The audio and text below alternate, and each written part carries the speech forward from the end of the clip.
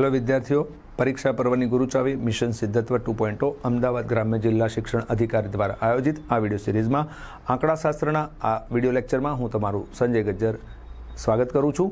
અહીંયા આપણે પાર્ટ 2ના જે લેક્ચર્સ જોઈ રહ્યા હતા એ લેક્ચર્સમાં સંભાવના પ્રકરણ વિશે આપણે માહિતી મેળવી રહ્યા હતા। પાર્ટ 2નું પ્રકરણ 1 એમાં આપણે સંભાવનાના સરવાળાના નિયમ સુધીની માહિતી લાસ્ટ લેક્ચરમાં મેળવી હતી। આજે આપણે સંભાવનાના ગુણાકારના નિયમ એટલે કે શરતી સંભાવનાઓને લગતો જે મુદ્દો છે એને લગતી થોડી સમજણ કેળવીશું।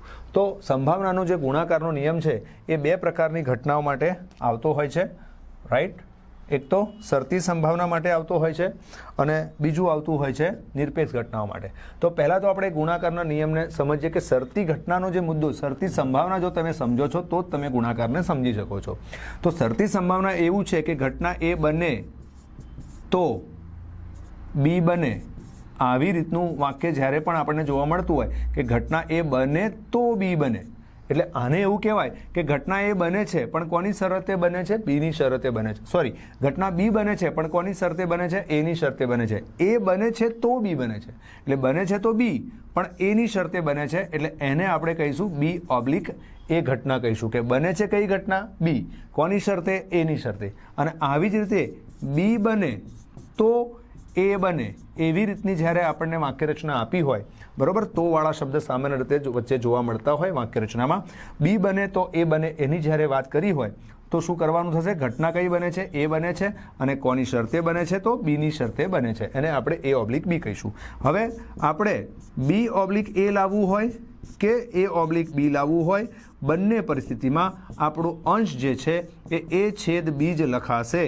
બંને પરિસ્થિતિમાં અંશમાં આપણે એ છેદ બી જ લખવાનું છે, પણ છેદમાં અહીંયા તમે લઈ શકશો પી ઓફ એ અને અહીંયા છેદમાં તમે લઈ શકશો પી ઓફ બી। જે શરતવાળી ઘટના છે, અહીંયા વાક્યમાં બે ઘટનાઓનો ઉલ્લેખ છે, તમારે ખ્યાલ રાખવાનું છે। મુખ્ય જે બને છે ઘટના અહીંયા પાછળના વાક્યમાં છે, તો પછીના વાક્યમાં છે, અને જે શરત તરીકે જે તમારે લેવાની છે, નીચે જેને લેવાની છે શરત તરીકે, બરોબર છે, એ ઘટના આગળના વાક્યમાં છે, અને એ શરતવાળી જ ઘટના આપણે અહીંયા સૂત્રની અંદર છેદમાં મૂકતા હોઈએ છીએ। હવે શરતી ઘટનાઓ માટે જ્યારે સંભાવનાનો ગુણાકારનો નિયમ એવો શબ્દ રચના પૂછાય એટલે આ એ છેદ બી લાવવા માટેના નિયમની વાત છે, બીજી કોઈ વાત છે નહીં।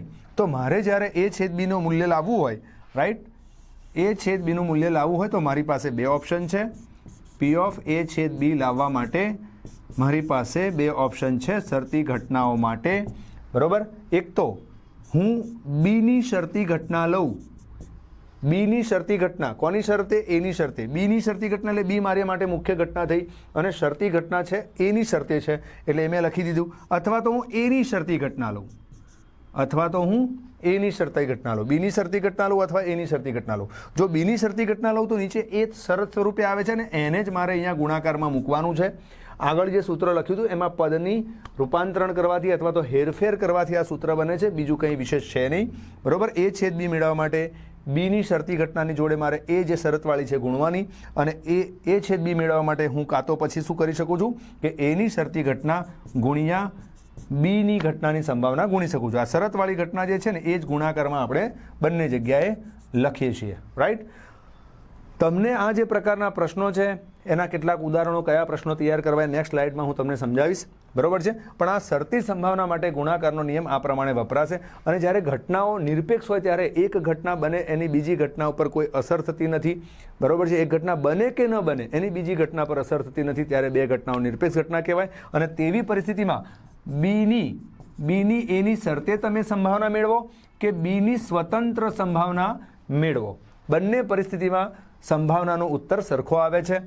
કે પછી એ જ રીતે એની શરતી સંભાવના મેળવો કે પછી એની સ્વતંત્ર સંભાવના મેળવો, બંનેના મૂલ્યો સમાન આવતા હોય છે। અને આવી પરિસ્થિતિમાં એ છેદ બી બરાબર જે આપણે આ બે પદ લખ્યા છે એમાં આની જગ્યાએ આપણે શું વાપરી દેવાનું થાય છે? પી ઓફ બી લખી દેવાનું થાય છે, અને આ પદની જગ્યાએ પી ઓફ એ લખી દેવાનું થાય છે। જો તમે અહીંયા પી ઓફ બી લખી દો છો તો બાજુમાં ગુણાકારમાં પી ઓફ એ તો છે જ, રાઈટ। અને જો તમે એ છેદ બીની માટે નિરપેક્ષ ઘટનાઓ માટે એ ઓબ્લિક બી છે ત્યાં તમારે શું લખી દેવાનું થાય? પી ઓફ એ લખી દેવાનું થાય, તો ગુણાકારમાં પી ઓફ બી છે। એટલે ટૂંકમાં કુલ મળીને નિરપેક્ષ ઘટનાઓ માટે છેદ ઘટના લાવવા માટે કરવાનું શું છે? તો એ અને બીની જે ઘટનાઓ છે એની સ્વતંત્ર સંભાવનાઓનો ગુણાકાર કરવાનો છે. તો અહીંયા સંભાવનાનો જે ગુણાકારનો નિયમ છે એને સમજવા માટે મેં થોડો પ્રયાસ કર્યો છે. આશા છે કે તમે સમજી શક્યા હશો. બરાબર. અહીંયા એક દાખલો મેં લીધો છે આ બાબતને સમજાવવા માટે, આ પ્રશ્નને સમજાવવા માટે. રાઈટ. તો એને આપણે જરા જોઈએ. એક વ્યક્તિ સમયસર કામ પૂરું કરે તેની સંભાવના આપી છે. અને કર્મચારીઓની વાત છે. ચોપડીનું ઉદાહરણ 28 છે કે એક કંપનીના કર્મચારીઓ સમયસર કામ પૂરું કરે તેની સંભાવના આપી છે અને કર્મચારીઓ હડતાળ પર ન જાય તેની સંભાવના આપણને આપી છે. આ સંભાવના રેડીમેડ આપણને આપી છે. તો સમયસર કામ પૂરું ન કરે એને હું ઘટના એ કહી દઉં તો આ જે 0.75 છે એ ઘટના એની સંભાવના કહેવાશે. પ્રોપર વાક્ય રચના સાથે કેવી રીતે લખાણ કરવું એ પુસ્તક વગેરેમાં આપેલું છે અને આપના વિષય શિક્ષકોએ પણ આપણે સમજાવ્યું, શીખ્યું જ હશે. બરોબર છે. અહીંયા મારે તમને માત્ર જે તે બાબતનો ખ્યાલ કેવી રીતે મેળવવો અને ગણવું કેવી રીતે એ સમજ આપવાનો મારો હેતુ છે. રાઈટ. એટલે પ્રોપર ગણતરી માટે, લખાણ કરવા માટે આપના વિષય શિક્ષકોએ આપને લખાવેલી નોટબુક તેમજ અન્ય સાહિત્યો ચોક્કસથી જોવા. સમયસર કામ કર્મચારીઓ પૂરું કરે એની સંભાવના P ઓફ A કહેવાશે 0.75 અને હડતાલ પર ન જાય એને હું ઘટના B કહી દઉં તો એ ઘટના બીની સંભાવના કહેવાશે 0.8. પછી વાક્ય શું છે? સમયસર કર્મચારીઓ દ્વારા કામ પૂરું ન થાય અને એટલે આપણે અગાઉ વિડીયો લેક્ચરમાં પણ ચર્ચા કરી હતી. અને એટલે છેદનો ઉપયોગ કરવાનો. તો સમયસર કામ પૂરું ન કરે એને તો ઘટના A કીધી છે, હડતાળ પર ન જાય એને ઘટના B કીધી છે અને એટલે છેદ કરવાનો. તો આ જે સંભાવના છે એ A છેદ B ની સંભાવના થઈ જાય છે. રાઈટ. અને હવે તમને આ જે બે પ્રશ્ન પૂછ્યા છે, પહેલો છે કારીગરો હડતાળ પર ન ગયા હોય તો સમયસર કામ પૂરું થાય. એટલે કે કારીગરો હડતાળ પર ન ગયા હોય એટલે કઈ ઘટના છે? B છે.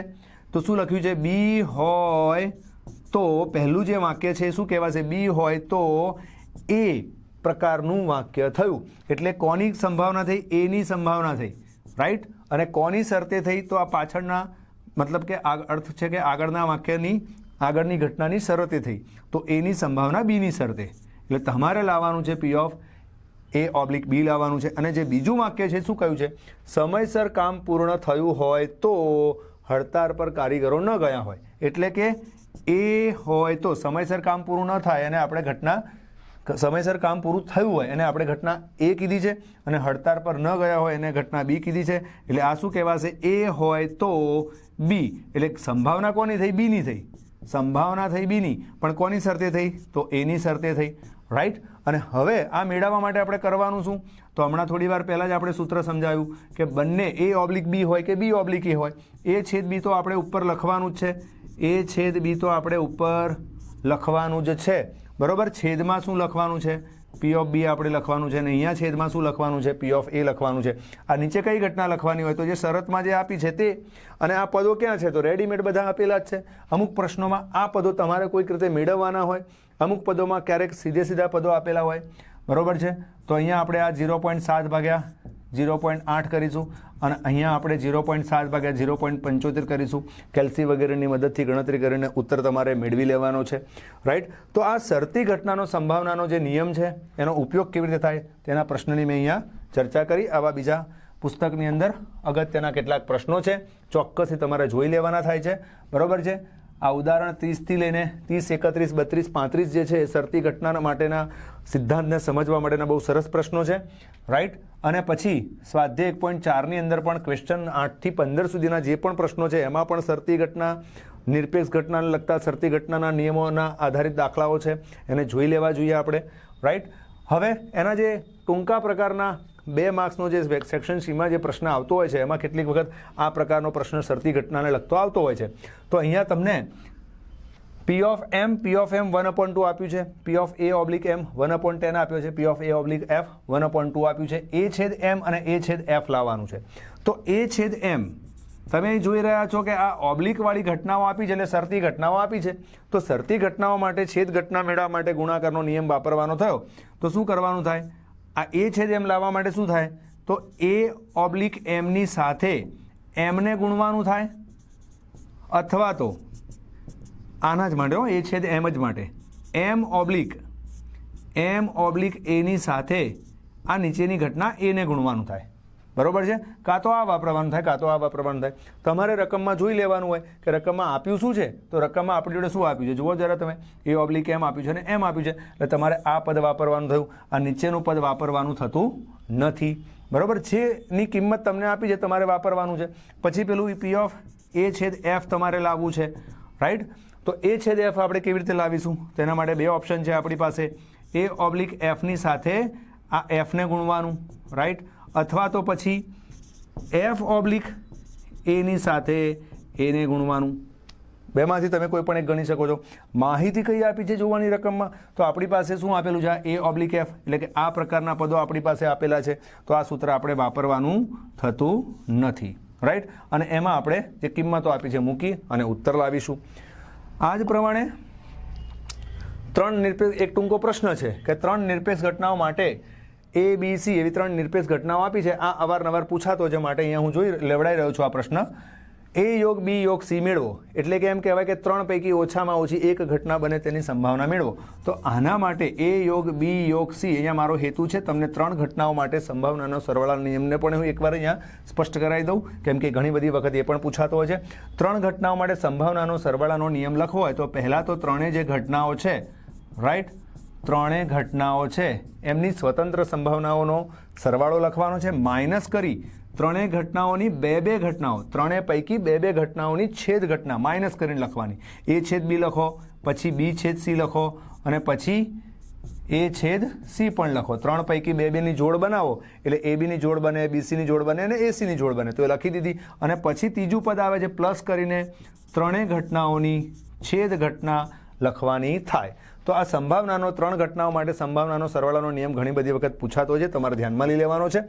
અહીંયા ઘટનાઓ કેવી છે, નિરપેક્ષ ઘટનાઓ છે, એટલે તમે શું કરી શકો છો, હવે આ જ નિયમને P of A plus P of B plus P of C, અને નિરપેક્ષ ઘટનાઓ છે એટલે છેદ ઘટના માટે ગુણાકારનો નિયમ વપરાય. નિરપેક્ષ ઘટનાઓમાં છેદ ઘટનાઓ માટે ગુણાકારનો નિયમ વપરાય, એટલે જે ઘટનાઓની છેદ ઘટના છે તમારે એનો ગુણાકાર કરી દેવાનો.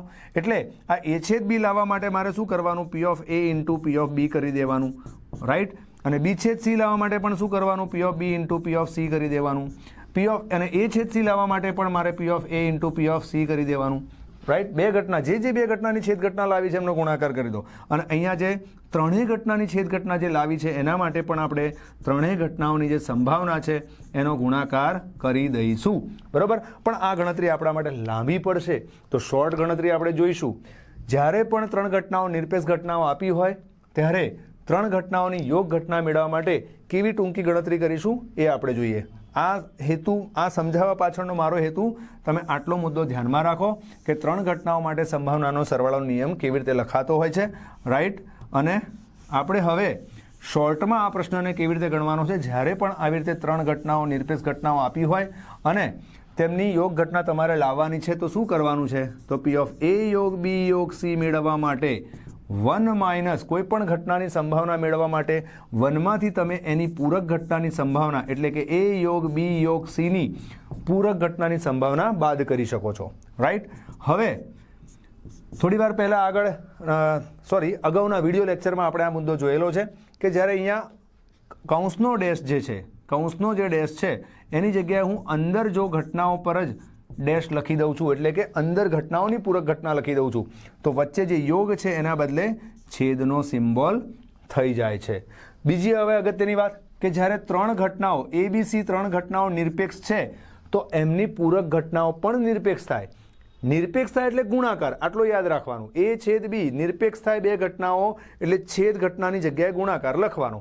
તો અહીંયા આપણને હું શું કહી રહ્યો છું કે આ 3 ઘટનાઓની પૂરક ઘટના આવી, તો હવે ઘટનાઓ નિરપેક્ષ છે એટલે પૂરક ઘટનાઓ પણ નિરપેક્ષ જ થાય. એટલે ઘટનાઓની છેદ ઘટના હોય તો ગુણાકાર કરો, તો પૂરક ઘટનાઓની છેદ ઘટના માટે પણ ગુણાકાર જ કરવાનો થાય. એટલે કે 1 minus P of A dash into P of B dash into P of C dash, આ આપણે વાપરવાનું થાય. પણ આ A dash B dash C ડેશની સંભાવના ક્યાં છે, તો ભાઈ તમારી પાસે આ પી ઓફ એ બી સી તો છે ને, તો તમે પી ઓફ એ ડેશ કેવી રીતે લાવશો, તો 1 માઇનસ પી ઓફ એ કરીને લાવશો, એટલે 1માંથી 0.2 જશે તો 0.8 આવી જશે. પછી પી ઓફ બી ડેશ કેવી રીતે લાવશો, તો 1માંથી પી ઓફ બીને બાદ કરશો, એટલે 1માંથી 0.3 બાદ કરશો તો 0.7 આવી જશે.